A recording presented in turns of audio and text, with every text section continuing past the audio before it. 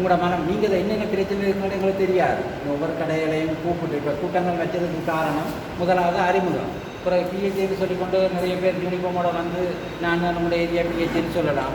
வந்துட்டு போனாக்கள் சொல்லக்கூடிய மாதிரி இருக்கும். சில ஆக்கள் வந்துட்டு ஏற்கனவே வேறு செய்தாக்கள் நான் தான் இப்போ பிஹெச்டின்னு சொல்லலாம். அவை உங்களுக்கு ஒரு தெளிவு வேணும்.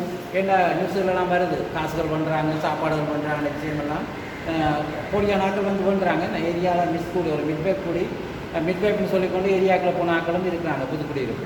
ஆகவே அப்படி வேறு வேறு ஆக்கள் சில நேரம் உங்களை கடையில் வந்து நான் தான் ஏரியா பிஹெச்டின்னு சொல்லலாம். அதை முக்கியமாக அறிமுகப்படுத்துகிறதா இந்த கூட்டத்தில் நோக்கம். அதோட உங்களுக்கான அறிவுறுத்தல்கள் என்னென்ன செய்ய போகிறோம், இதுவரைக்கும் நீங்கள் தெரியாத விஷயங்கள் இருக்கலாம், அது ரொம்ப சொல்லணும். ஆகவே இது ரொம்ப முதல் இந்த கூட்டத்துக்கு வருகை தந்த உங்களுக்கு முதல் நன்றியை தெரிவித்துக் கொள்கிறோம். ஏன்டா நாங்கள் பேர் லிஸ்ட்டெல்லாம் எடுத்துட்டோம். ஒருவேளை உங்களை கடை பரிசோதிக்க போகிறோம், குறிப்பிட்ட காலம் தருவோம். சில நேரம் விபத்து செய்யாத பட்சத்தில் நான் இந்த கட்டாயம் இந்த கூட்டத்துக்கு வந்து சார் இந்த பாருங்கள் இந்த பேர் லிஸ்ட் இருக்கும்.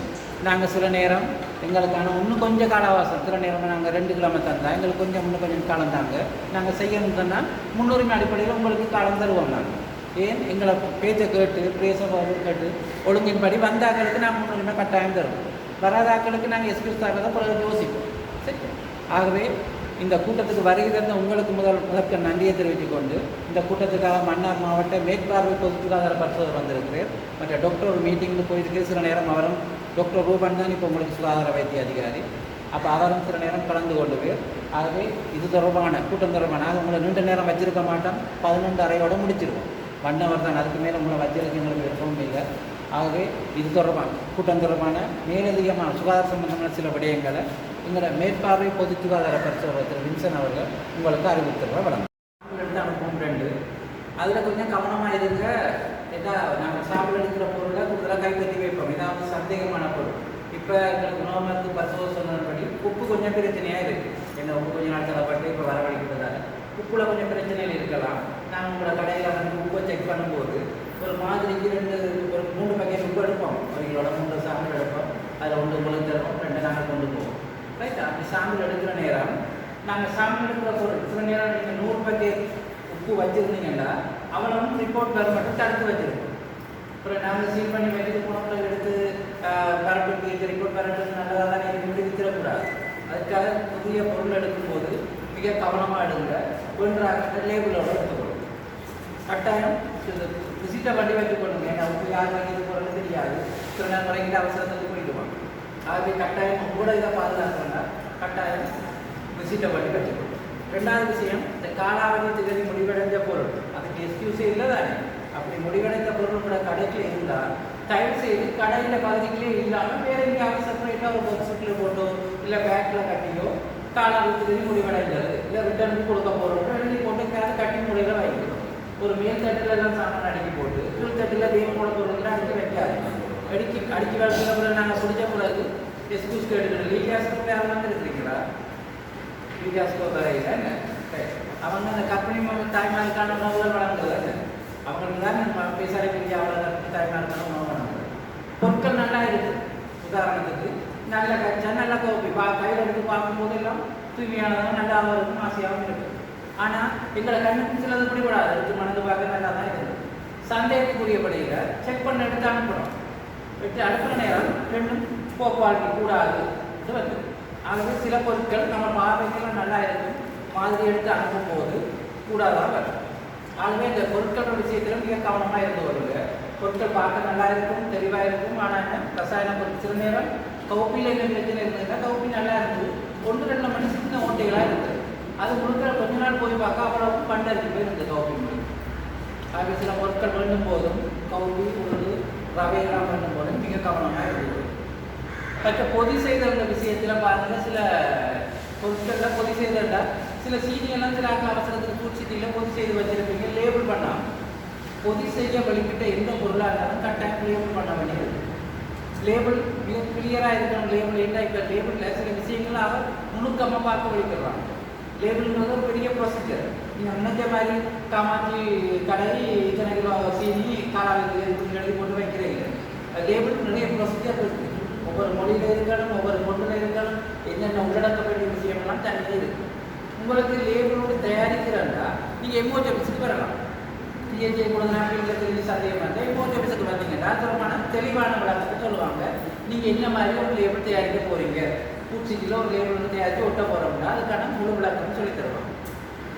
நீங்கள் கேட்டுட்டு வந்துட்டு ஒரு லேபிள் அடித்து போட்டு நீங்கள் அதை சீல் பண்ணக்கூடாது. ஒரு லேபிளை தயாரிச்சுட்டா திருப்பி கொண்டு சரியானது செக் பண்ணிக்கொள்ளுங்க. எமோஜிஸுக்கு வந்து நான் அடித்த லேபிள் சரியா அதை உறுதிப்படுத்த ஒரு கடிதம் மூலமாக நீங்கள் சந்தேகம் இருந்தால் கடிதம் மூலமாக நான் அடித்த லேபிள் எப்படி இருக்குது ஒருக்கா பார்வையிட்டு உறுதிப்படுத்துமாறு கேட்டுக்கொள்ளணும்னா நாங்கள் பார்த்துட்டு சில நேரம் ஓகே சொல்லித்தருவோம். அதை தவிர விட்டுட்டு சில நேரம் எங்கிட்ட கேட்டுட்டு வந்துட்டு இங்கே பிரிண்டர்ஸுக்கு போகும்போது அவன் சொல்லுவாள் இது கூட இடம் காணாது, பொன் காணாது, சைஸ் வித்தியாசம்னு சொன்னோன்னே சரி அவன் சொல்கிற மாதிரி அடிச்சிங்கன்னா அப்புறம் உங்களுக்கு பிரச்சனையாக போயிடும். ஆனால் என்ன லூஸாக விற்கலாம். இந்த மஞ்சள் தூளெல்லாம் மில்லுகளை சில நேரம் போட்டு வாடியில் வச்சு கொடுக்குறாங்க. அதில் எந்த சிக்கலும் இல்லை. ஏதாவது பொதி செய்ய வலிக்கிட்டீங்கன்னா உங்களுக்கு நிறைய பிரச்சனை. வேலை ஈஸிக்காக நீங்கள் பொதி செய்வீங்கன்னா சின்ன பக்கெட் ஒன்று வலிக்கிட்டீங்கன்னா பெரிய பிரச்சனையெல்லாம் போகும். அது பொதி செய்கிறதுல மிக கவனமாயிருங்க. பொதி செய்வதில் இந்த ஆலோசனையை பெற்றுக்கணும். மற்ற காலாவதி விஷயத்தில் பொதி செய்யறதுல மற்றதில் பேக்கரிக்காரங்க வந்துருந்தீங்க தானே. ரைட், பேக்கரியில் மிக முக்கியமானது இந்த இலக்கை கொண்டு இருக்காங்க. இங்கே எங்களுக்கு தேன் இருக்குல்லைங்க, தேன் தெரியுங்க. நீங்கள் பிளட்டெல்லாம் செக் பண்ணது கூடுதலாக உங்களுக்கு மன்னாரில் வந்து எஸ்ஐடி செய்ய கஷ்டம்னா இங்கேயும் செய்து கொள்ளலாம். செய்து கொண்டு மன்னாருக்கு போகலாம். ரைட், அந்த விளக்கம் சொல்லியிருப்பாங்க. அந்த டிரான்ஸ்போர்ட் பான்பா கொண்டு திடீராக மிக கவனமாக இருங்க. பான் வாகனம் நான் மட்டும் இல்லை, பான் வாகனம் ஓடி திரிகிறது மன்னார் நகர பகுதியில். அங்கே ஏதாவது பிடிச்சி நீங்கள் கையால் கொண்டு போகிற பானை கொடுத்து கையில் போடாமல் கையால் எடுத்து கொடுத்தோ மெடிக்கலோ இல்லை பான் வாங்கி பேருந்துகள் டஸ்ட்டுகள் இருந்தாலோ மிக கடுமையாக அங்கே இறுக்கி பிடிப்பாங்க. பிடிச்சிட்டு அங்கேருந்து இந்த கேஸ் போட்டதோட இங்கே ரிக்வெஸ்ட் அனுப்புவாங்க. இவ்வளோ ஏரியாவில் வந்த பான் மேலே இப்படி வந்துருக்கு. அதுக்குள்ள நாங்களும் பிறகு நம்மளை கடையை பறித்து வச்சு கொடுத்தா விடலாம். அப்படி ஒரு ரிப்போர்ட் வந்துட்டா உங்களை பேக்கரியை அடியிலிருந்து கொடுத்து கவனிப்போம். கடைசியில் மெடிக்கெல்லாம் நிற்கலாது கிளியராக.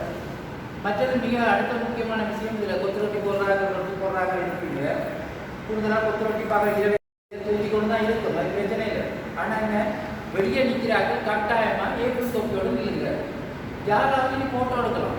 இந்த விஷயம் வெளியே போயிட்டா இந்த கடை எப்படி இருக்குது நாங்கள் வர முடியல. ஃபோட்டோ எடுத்து போட்டு வாட்ஸ்அப்பில் வந்து ஃபோட்டோ விட்டுருவாங்க. இந்த கடையில் நான் கொத்து ரொட்டி கொண்டு போகிறேன், இவருக்கு வேறு நின்று ஏப்ரல் இல்லை தொப்பி இல்லை கொத்து ரொட்டி கொத்தி பண்ணிக்கிறேன் இது போட்டால் அதுக்கு பிறகு நம்ம எக்ஸ்கியூஸ் கேட்கவே இல்லாது. எக்ஸ்கியூஸ் கேட்டால் இந்த அடுத்த கட்டமாக சொல்லுவாங்க இவர் பாராபட்சமாக நடந்துட்டு பார்க்க நடந்துட்டு. நேரடியாக எமோஜிஸுக்கு தகவல் வந்துட்டால் கட்டாயம் சட்ட நடவடிக்கை அதுக்கு பிரதமர். நாங்கள் எடுத்த உடனே வந்து உங்களை பிடிச்சி பலவந்தப்படுத்தணும் இல்லை. ஒவ்வொரு எக்ஸ்கியூஸ் தாரம் கொஞ்சம் நாங்கள் இந்த கடைக்கில் வந்து ஒரு தரம் முத்து பார்த்து உங்களை ஃபோட்டோ எடுக்க போகிறது இல்லை. அது உங்களுக்கு தெரியும். உங்களை நாடு பக்கத்தில் நீங்கள் பேருக்கு போயிருப்பீங்க. சில நேரம் தமிழ் நேரம் போடுவீங்க, மற்ற நேரம் தலைவலி எங்கேயாவது காய வச்சுருப்பீங்க. இல்லை அந்த இது தூய்மையான உடுப்பாக வச்சு கொடுங்க. ஏப்ரல் தொப்பி கட்டாயமாக துப்புரவானதாக வச்சு கொடுங்க. ஒரு செட் தான் வச்சிருக்கிறோம் இல்லை, நீங்கள் எத்தனை வேணாலும் வச்சு கொடுக்க மாட்டேங்க. இந்த சலங்காரம் வச்சிருக்கிற மாதிரி எத்தனை செட் வேணாலும் நீங்கள் மடித்து வச்சு கொடுங்க. ஏன்னா ஒன்று தான் போட்டு கொண்டு இருக்கணும் இல்லை. அந்த ஏப்ரல் ஒழுங்காக போடுறதால நீங்கள் போடுற உடம்பு கொஞ்சம் பாதுகாப்பாக இருக்கும். மற்றது எங்களுக்கு நீங்கள் சுகாதாரமான ஒரு ஆளாக நிற்கிறீங்கன்னு தெரியும்.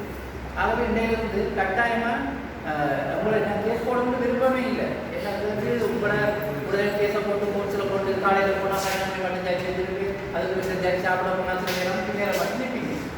சரியா? எந்த கேஸ் முதல் கொண்டு போகிற கேஸ் உடனே எடுக்கவும் மாட்டாங்க, லேட்டாக.